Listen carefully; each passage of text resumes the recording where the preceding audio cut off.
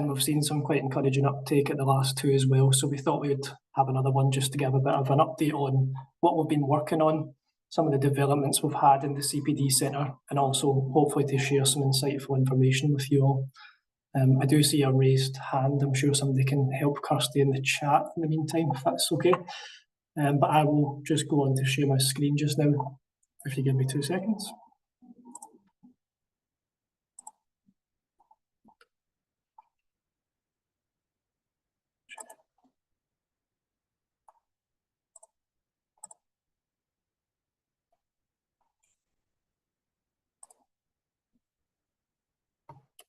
So hopefully everyone's able to see my screen okay.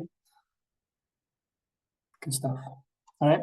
Well, yeah, like I said, thanks for putting aside your time. I realise we're going into lunchtime, and I'm sure a lot of folk are already thinking about what they're going to have for their lunch. I know I am, so I'll just dive straight into it. I'm Paul Rafferty. I'm the CPD Operations Manager, and I'm in charge of our short courses and our regulated CPD modules. So to give you a little bit of a background, the CPD Centre has been involved, the CPD Centre has been working with businesses and individuals for a number of years now, but more recently we've developed into the short courses or university modules side of things. So we primarily delivered a lot against the upskilling fund in the past, which helped us to upskill individuals and businesses, but more recently we've been trying to open up our university modules to allow us to widen access to everyone who's looking to take part. So in terms of what we do, I've mentioned the short courses, but we like to think that we offer an unparalleled experience for CPD. So we're uniquely equipped to help industry future-proof a talent pipeline and beyond. And this is really important in an ever-changing world of work. We do have an established pedigree, as I've mentioned, in working with private, public and third sector organisations to fulfil the learning and development requirements of the workforce, but also in supporting individuals to realise their career ambitions. So as I've mentioned previously, the upskilling fund, that helped us really work with individuals who wanted to reskill or upskill in a current career and give them that ability to either move up or move into a new career path, which is vital these days. And we've done this through the provision of flexible and innovative CPD solutions. So we do have a whole host of professional short courses and programmes, and they come in different varieties. So as I've mentioned, some are university modules, so that means they come with academic credit. Others have industry accreditation and are both. And as we say, we deliver across the UK and internationally. And also the mode of delivery is completely varied as well. So I suppose it purely depends on the module or course that you're looking at, but we do have face-to-face delivery on campus, even coming to the company. And then we also have blended, which would be a sort of hybrid approach between online and being on campus. And then we also have online self-paced. So that's one where somebody would have no requirement to be on campus, they complete it online and they do the work in their own time with maybe a check-in with the lecturer or academic. And the idea is that these are all tailor-made to enable organisations and their people to develop and enhance their knowledge and skills in ways that work for them, of course. So as I've touched on, we've created this new portfolio of modules, but we don't want to just simply throw modules out on the market that aren't of interest to individuals or businesses. So we do a lot of work behind the scenes to try and figure out what it is that's in demand at this point in time, what the skills gaps are, what the skills shortages are in businesses. And this is really important in the dynamic landscape of working skills. It's that ability to be able to discern what employers' needs are and what's of paramount importance at that point in time within the industry to help them, develop the workforce. And it's particularly important for us as a university to be able to tailor our skills offering effectively so that we are meeting that need and matching the demand. So the first of our skill surveys was carried out in 2024, and that was a significant initiative. So it was conducting a thorough skills survey with businesses across Scotland, asking a number of questions, but relating to the idea of CPD, accessing it, funding, that sort of thing. And then we actually followed this up with a similar survey, which was carried out in early 2025, so very recently. And like I said, ultimately it's to better understand the immediate skills gaps that are there within the workforce, preferred delivery modes that the businesses or individuals would like. A lot of people prefer online, others prefer on campus, so it's trying to find that balance. And then also trying to find out what challenges businesses have or individuals have around accessing CPD solutions, whether that be releasing staff from work or the funding side of things. So in our skills survey that we carried out in 2024, there was 71% of the employers surveyed indicated that they currently had skills gaps within their organisation. So that's already an overwhelming majority of feedback saying that they do have skills gaps there. But we actually seen this number increase by 9% in the 2025 survey. So that's now up to 80% of our respondents, businesses that we've either worked with or new businesses that we've come across that are saying to us that they have gaps within their organisation, skills gaps that they need to address. But what we also found was that there was significant barriers to accessing CPD identified by our respondents. So in the 2024 survey, 49% of people that came back to us said that or indicated that there was low or no funding for, and that was a barrier to accessing CPD for their workforce. It's almost a luxury at that point to be able to train their staff if there's no funding in place. And then this figure had actually increased to 70% in the 2025 survey. So that's already highlighting a significant issue in terms of the funding piece. We then take this a step further and 60% reported that they're completely reliant on external funding to afford staff training. And then a further 48% cited this inability to be able to release their staff to undertake training and development. Because I suppose it's a nice idea to be able to train your staff up, but sometimes business needs means that you can't really afford to have someone away for the full day to go and attend somewhere, a training centre, a university, whatever that may be.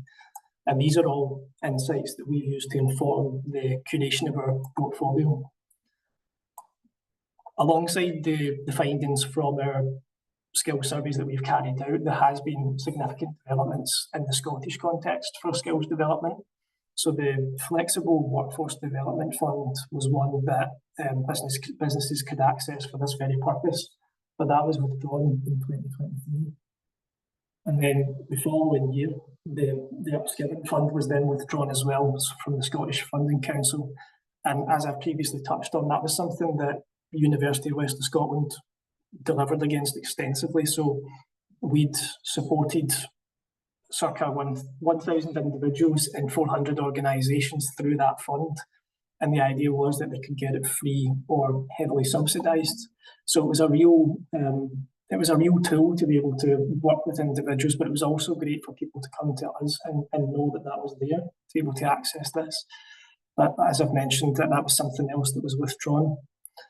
And I think this kind of paints an overall picture in the sense that, if 80% of employers have current skills gaps and 70% of those we're speaking to are saying that we have low to no funding and 60% are totally reliant on external funding, there's a clear need for flexible but also affordable CPD solutions to be able to address these skill shortages in the workplace. And that's what we've been really working on. We're striving to do this over the last 2 years to create an insight-driven portfolio, which addresses these in-demand skills, but it's not, the cost side of it is affordable. And then further to this, in 2024, we successfully ran a skills scholarship initiative for the first time, and that provided a large number of individuals fully funded places on our modules. And that's something that I'm really interested to touch on more, but that's in the following slides, so we'll move on in a short moment. So as I've been discussing there, we have been building up this specific portfolio for the past 2 years, and it really started from the ground up, and we've been working diligently to build this up and have a proper offering out there for individuals and businesses to have a look at. And as I've said in its its most basic form, they're short courses that have been taken or unpicked from full university programmes or graduate apprenticeships, and they're offered as standalone modules. And the idea is it's a short course where somebody can gain academic credit in a specific area. So, for example, if you needed some kind of project management training, but you don't have time to go and do a full degree in that area, there may be a 12-week course that we offer that suits you in that field, and it could be completely online. And there are such offerings, and that can fill that need, and maybe all you require to progress in your job. You may also want to go on a full program after that, that's fine, but that short, sharp intervention is really important. So like I said, the idea is to help people expand their existing skills or nurture completely new ones. And it's all about, whilst they're working full-time or part-time, it's being flexible around that. And I think I touched on already, but we do have a variety of delivery modes. So there's hybrid, face-to-face, online taught and online self-paced. So there's usually something for everyone. And the portfolio is completely driven by industry insights, as I've given you some examples on in the previous slides. And we're continuously reviewing this to ensure that the offerings align to industry need. There's no point in offering modules that don't suit the skills shortages or skills gaps that are out there. And I'm obviously delighted to say that the portfolio has grown significantly in the last year. And we now have modules that address key skill shortages in areas such as project and quality management, business and strategy, digital and IT, people management, sustainability, and much, much more. I would be here all day if I listed all the areas we covered. But if you go onto the website or if you scan some of the information we have at the end, you'll be able to see all the main category areas that we cover with all the modules under them. And as I've touched on as well, we're all about trying to reduce barriers to entry. So accessing our modules, they're competitively priced, and that's the idea, to reduce those barriers. UWS has always been an anchor institution, so we're aiming to support the communities in and around our campuses and beyond. And then the idea is through CPD, we're aiming to build capacity and capability across the workforce. And making these short courses accessible is a really big part of this.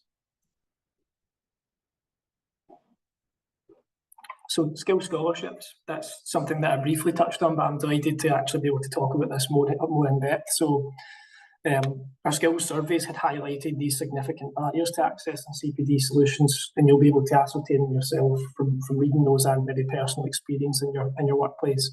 Budgets are a big problem, and not having the money in the last year or two to be able to fund this CPD.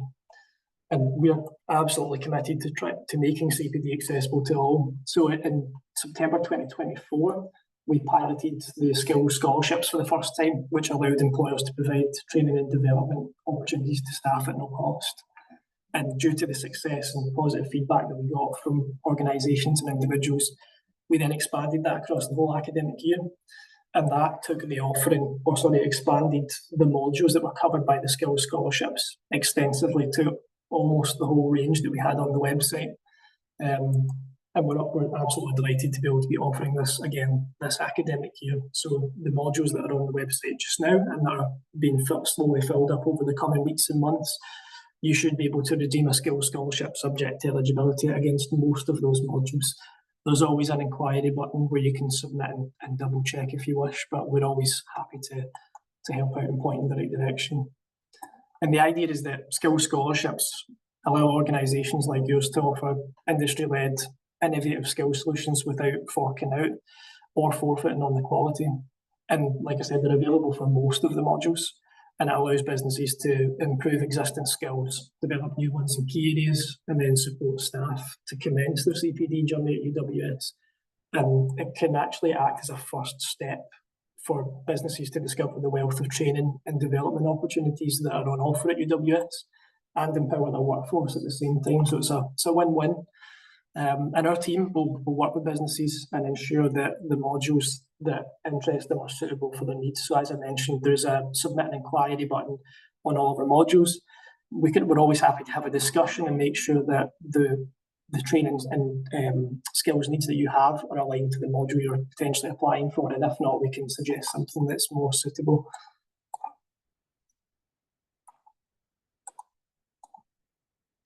So yeah, as I mentioned before there, the skills scholarships were piloted in 2024. And the pilot was really successful and realised encouraging uptake, but it also seen us engage with more local businesses, which was really nice to see, and being able to support them. And the feedback that we received regarding the module quality and teaching has been very positive. It's important to note that for these modules, as I've mentioned, they've come from full degree programmes or graduate apprenticeship programmes, for example, or other qualifications.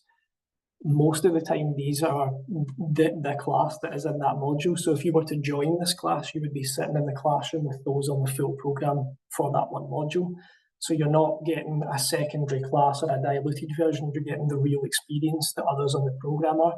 Likewise, it's the same for those taught online as well. You'll be online with the students who are on the full programme, with the lecturer or academic that's taking that programme, which I think is really nice as well.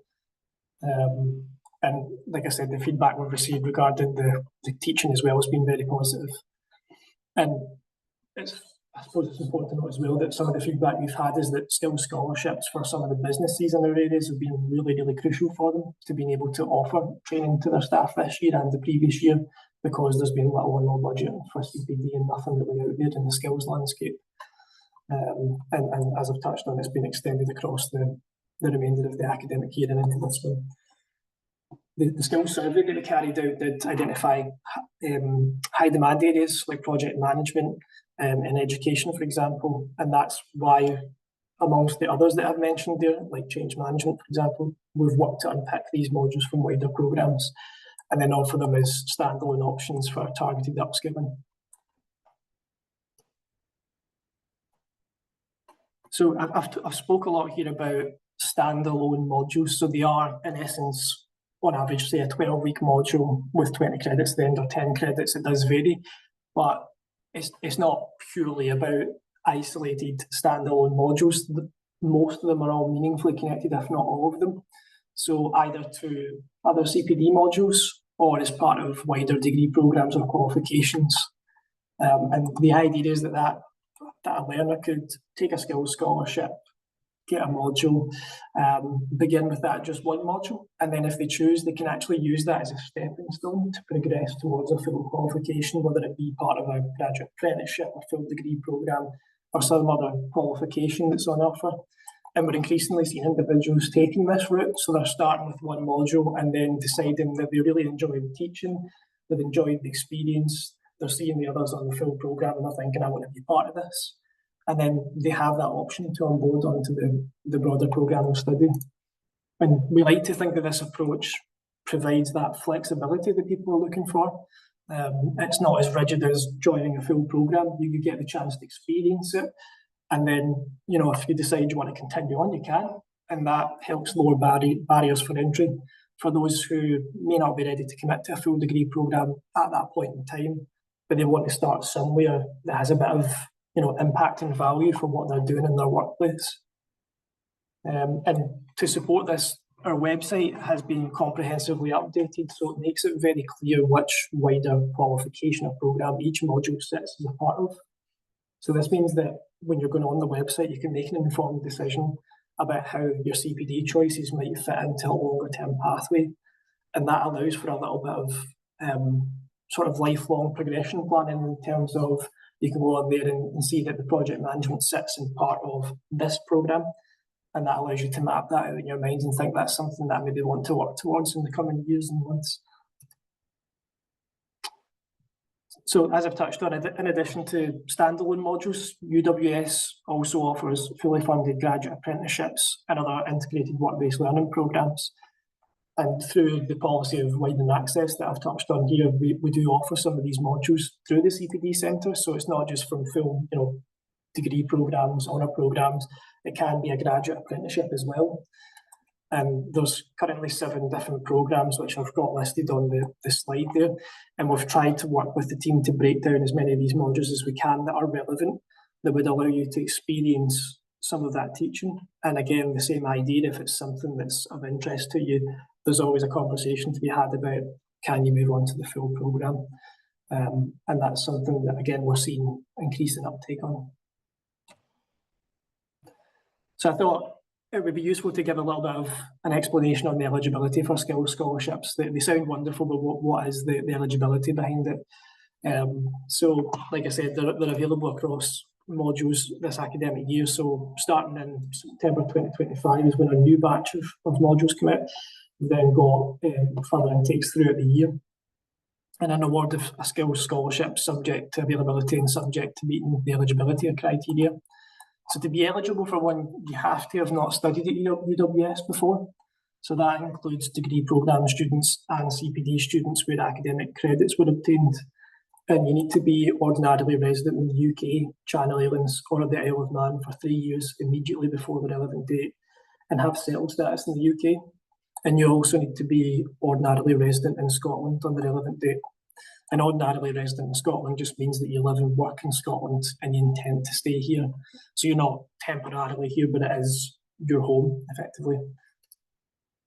And when it comes to the application for a skills scholarship, it's very, very easy. We've tried to make this, like we say, is reducing barriers to entry. If you go on the CPD website, which will have a link to the website, and also we'll have a QR code in the next slide if you want to scan a resource pack that will give you more information. We on the website we have information about funding, and we also have the submit an inquiry box. So if you want to submit an inquiry about a particular module, one of us will contact you, and then we can ascertain whether you meet that eligibility criteria and tell you if you would be getting a skills scholarship, which would mean the module fee is waived for that particular module.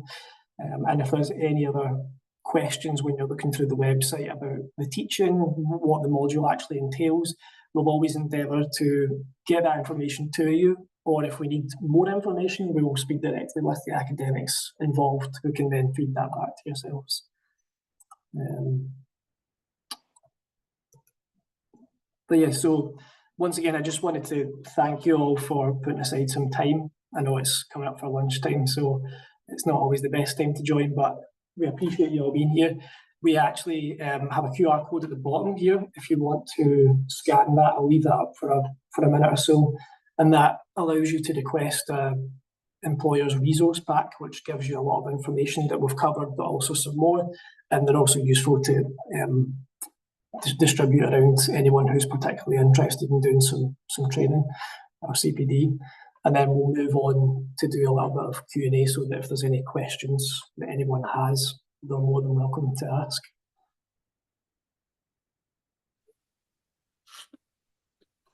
ask. Can I ask a question? Sorry. Sure, there you go. Is that okay? Sorry, thanks. So I've just recently asked it in the chat, and thank you to Suzanne for answering, but I just wanted to clarify, and I think James is looking for a bit of clarification as well. So one of the things after looking on the CPD website of yours is that I noticed that there's a lot of different pricing associated with individual courses. And I mean, is there like a limit in terms of which ones you can apply for and which ones you can't apply for? Or is it a case of like whatever ones are most relevant to your business, you can go ahead and apply for, and there's no like restriction on costing?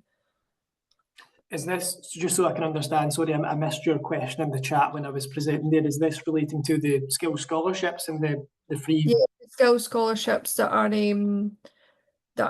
on the website. Like I believe these are the skills scholarships anyway. Yeah, so the link that was on the chat. So the skills scholarship allows you to get one module per person free. Okay. So for each individual, it doesn't matter if it's, for example, you're sitting in an office with 10 people and you all want to do, say, just for an example, I've used project management module. Yeah. If you're all eligible, you can all redeem a skills scholarship. It's based on the individual as opposed to the organisation. Okay. So, and I think you touched on as well about price point as well. So yeah, you're absolutely right in terms of 10 credit, 20 credit, undergrad, postgrad, there are differences in prices there. Yeah. With the skills scholarship, if the module is eligible for that, as is the individual, then the price doesn't matter. So, for example, it could be a £305 10 credit undergraduate module, or a £1,070 postgraduate 20 credit digital marketing module. If you're eligible for the skills scholarship and that module is included under that, which, as I've mentioned, the vast majority of them are, it's only the odd exception that isn't, then you can redeem that. And sorry, just last question, don't want to take up too much of time, and cautious that other people have questions as well. So I noticed on there that you had the Prince 2 project management module on there. Can I just clarify, because I appreciate that, like, is that included in the Skills Scholarship? Just because I know that's something that we as a business are looking at. So when I seen that, it was a bit of a, oh, that could be a win for us. I just want to clarify that that's definitely something that could potentially be covered.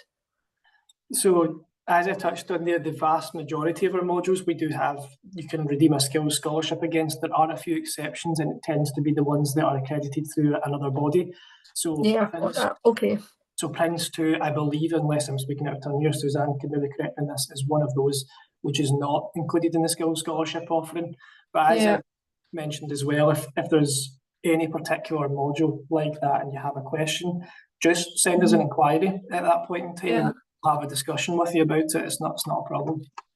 Amazing. Right, okay, thank you so much for that. That was really good. Thank you. Well, not a problem at all. Thanks for your questions.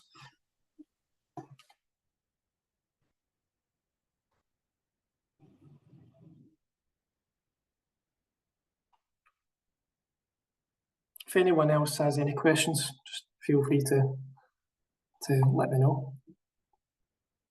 We'll leave the oh, I can see a hand up from James there. Hi, James. Hi, can you hear me okay? I can hear you great, yes. Thank you.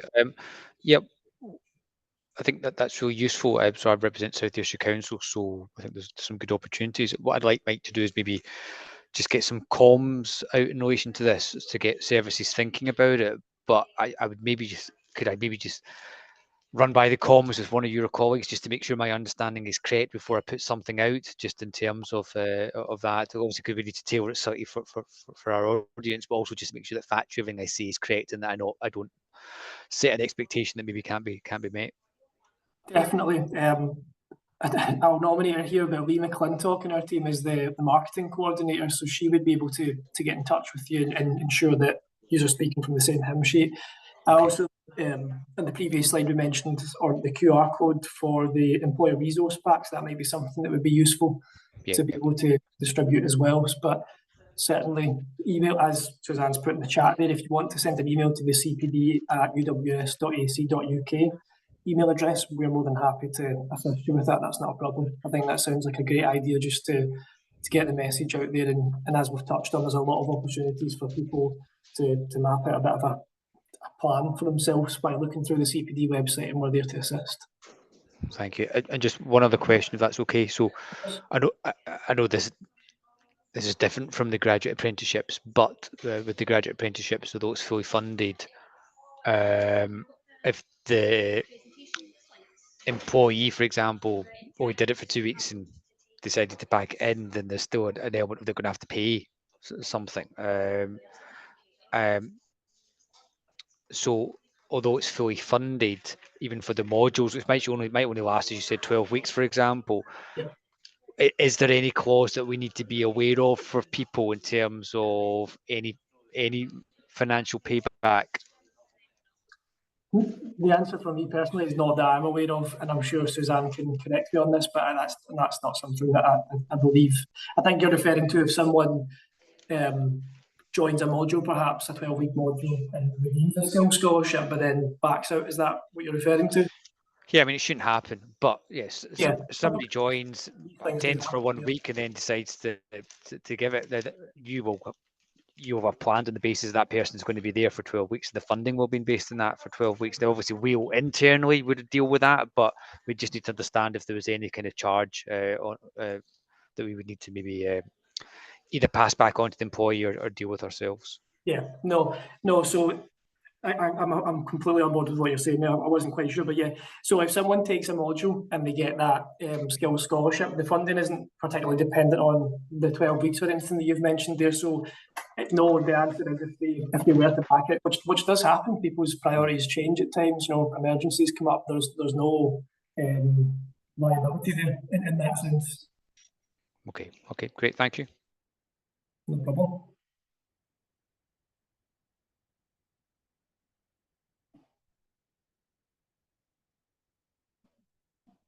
Any more questions from anyone? It's been some good questions so far.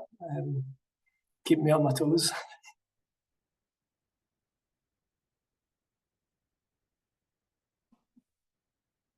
I think I seen in the chat there about sending out the presentation slides. We can definitely do that following the conclusion of the webinar.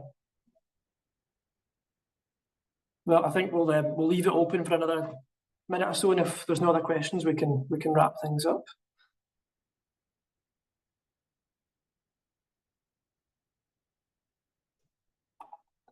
Thanks, James.